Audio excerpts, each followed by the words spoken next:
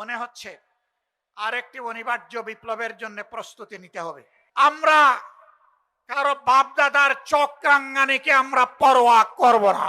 জনরায়কে সম্মান না করার পরিণতি কি হতে পারে দফায় দফায় দেখার পরেও যদি শিক্ষা না হয়, জীবনেও আপনাদের শিক্ষা হবে না।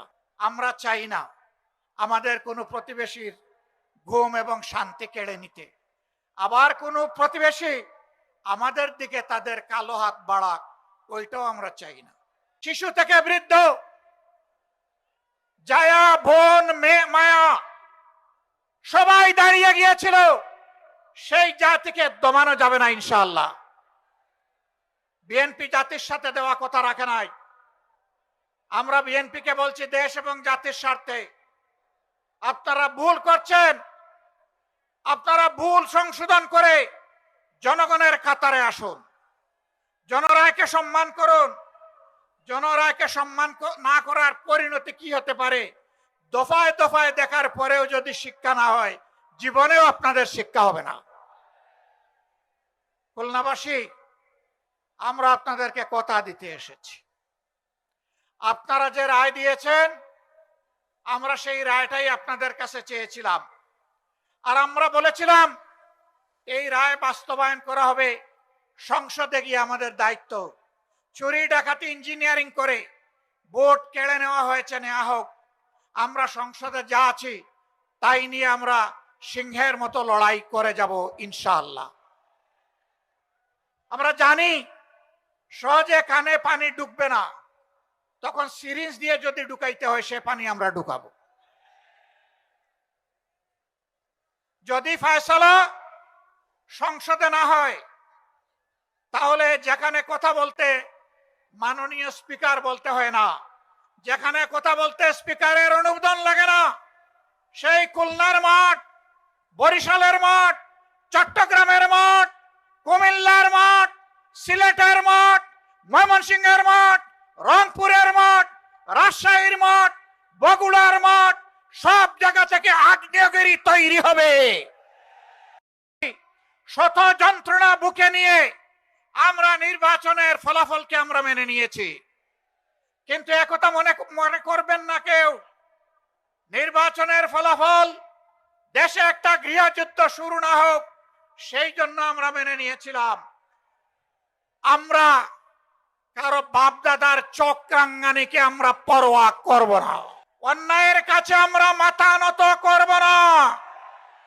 আমাদের নেতৃবৃন্দ হাঁটতে হাঁটতে ফাঁসির তক্তায় দাঁড়িয়ে মুচকি হাসি দিয়ে আমাদেরকে শিখিয়ে দিয়েছেন, জাতির জন্য প্রয়োজনে তোমাদেরকে ওই মুচকি হাসি দেওয়ার জন্য তৈরি থাকতে হবে।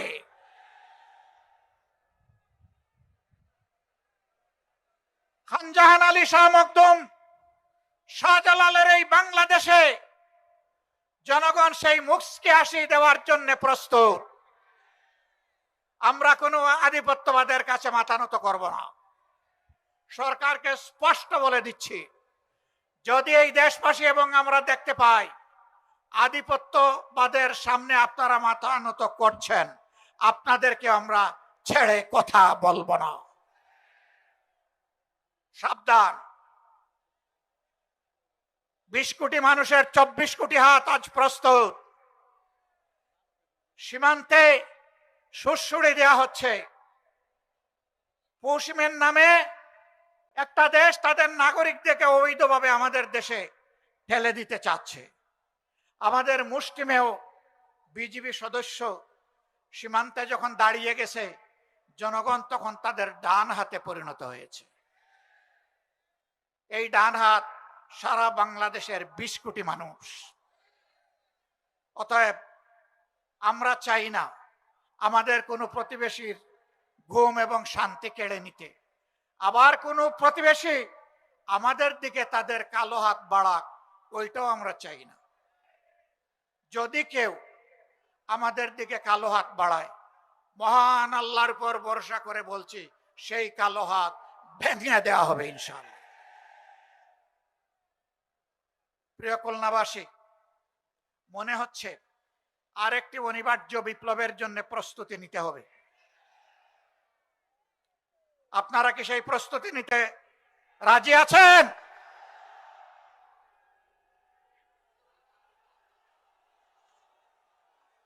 সম্মানিত বন্ধুগণ, এই বিপ্লব কোন দলকে ক্ষমতায় বসানোর জন্য নয়, কোন গোষ্ঠী এবং পরিবারকে তুষামোদ করার জন্য নয়, কোন আধিপত্যবাদের কাছে মাথা নত করার জন্য নয়, বরঞ্চ দুনিয়ার বুকে স্বাধীন সার্বভৌম রাষ্ট্র হিসাবে সম্মান, ইজ্জত, শক্তি, সাহস নিয়ে মাথা তুলে দাঁড়ানোর জন্য হবে আগামীর বিপ্লব ইনশাআল্লাহু তাআলা লাজিম। সেই অনিবার্য বিপ্লবের প্রস্তুতি নেওয়ার আহ্বান জানিয়ে একটি শোষণ, দুর্নীতিমুক্ত, চাঁদাবাজ মুক্ত, দলীয় প্রভাব মুক্ত একটি মানবিক বাংলাদেশ গড়ার জন্য আমি যুব সমাজের প্রতি আরেকবার প্রাণ খুলে আহ্বান জানাচ্ছি। যুবকরা সব প্রস্তুত আছেন? এক মুরব্বীও হাত তুলেছেন। আমার ধারণা উনার বয়স হবে ৭৫ বছরের কাছাকাছি। মানে যুবকদেরকে তিনি জানিয়ে দিলেন, তোমরাই শুধু যুবক নও, জাতির প্রয়োজনে বয়স যাই হোক আমরাও যুবক। একসাথে আমরা লড়াই করব অন্যায়ের বিরুদ্ধে, আধিপত্যবাদের দূষরদের বিরুদ্ধে, দলখানাদের বিরুদ্ধে, চাঁদাবাজদের বিরুদ্ধে, দুর্নীতিবাজদের বিরুদ্ধে, আমার শিশুর সন্তান যে কেড়ে নেয় সেই দর্শকদের বিরুদ্ধে। আল্লাহ হাফেজ। বাংলাদেশ জিন্দাবাদ। 11 দলীয় ঐক্য জিন্দাবাদ। খুলনাবাসী জিন্দাবাদ।